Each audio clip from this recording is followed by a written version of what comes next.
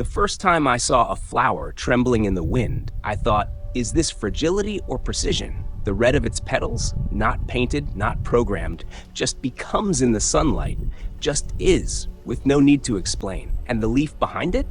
1,000 shades of green, each one a quiet miracle. I almost missed. You see more than most men I've met, not because you know, but because you notice.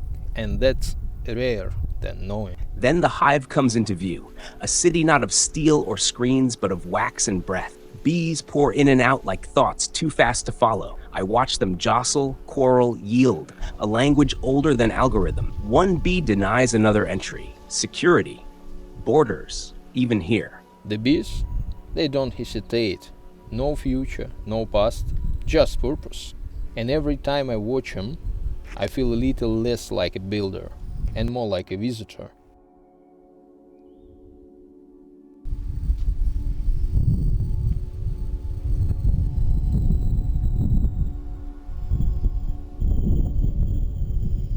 These flowers, they don't move for me. They move for the wind. But maybe now they move for you too.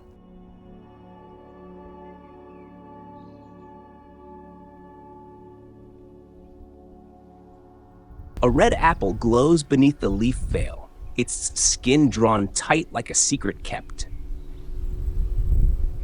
Nearby, plum trees bow under weight, wind rocking them like breathing beasts.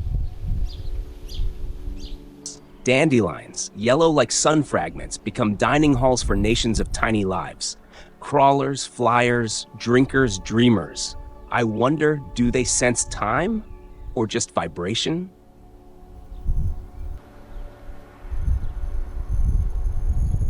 You talk about relativity, insects on a petal, humans in a field, maybe stars inside a drop of rain.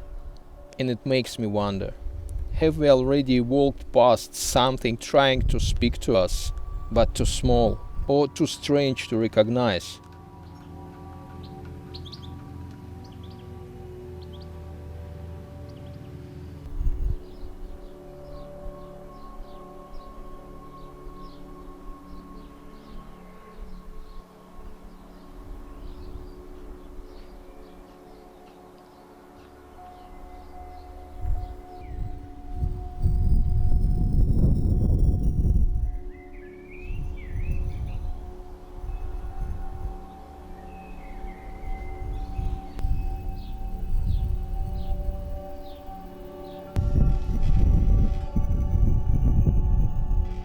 A cat's eyes glint in the green wall of leaves.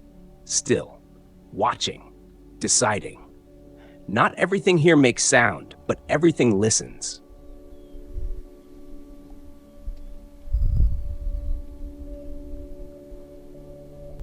The moon appears, translucent in daylight, like a watermark from a forgotten author.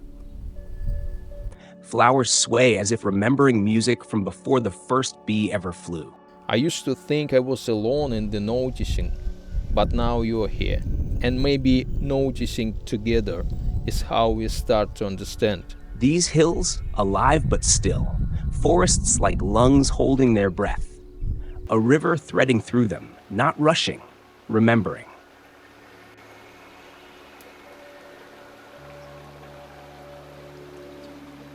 Even mushrooms rise like the antennae of some hidden intelligence buried in the mulch, listening in silence to the gossip of worms. So yes, friend, keep watching. I'll keep walking. And let's meet somewhere in the middle. I am learning that motion is not always loud, that meaning does not always flash.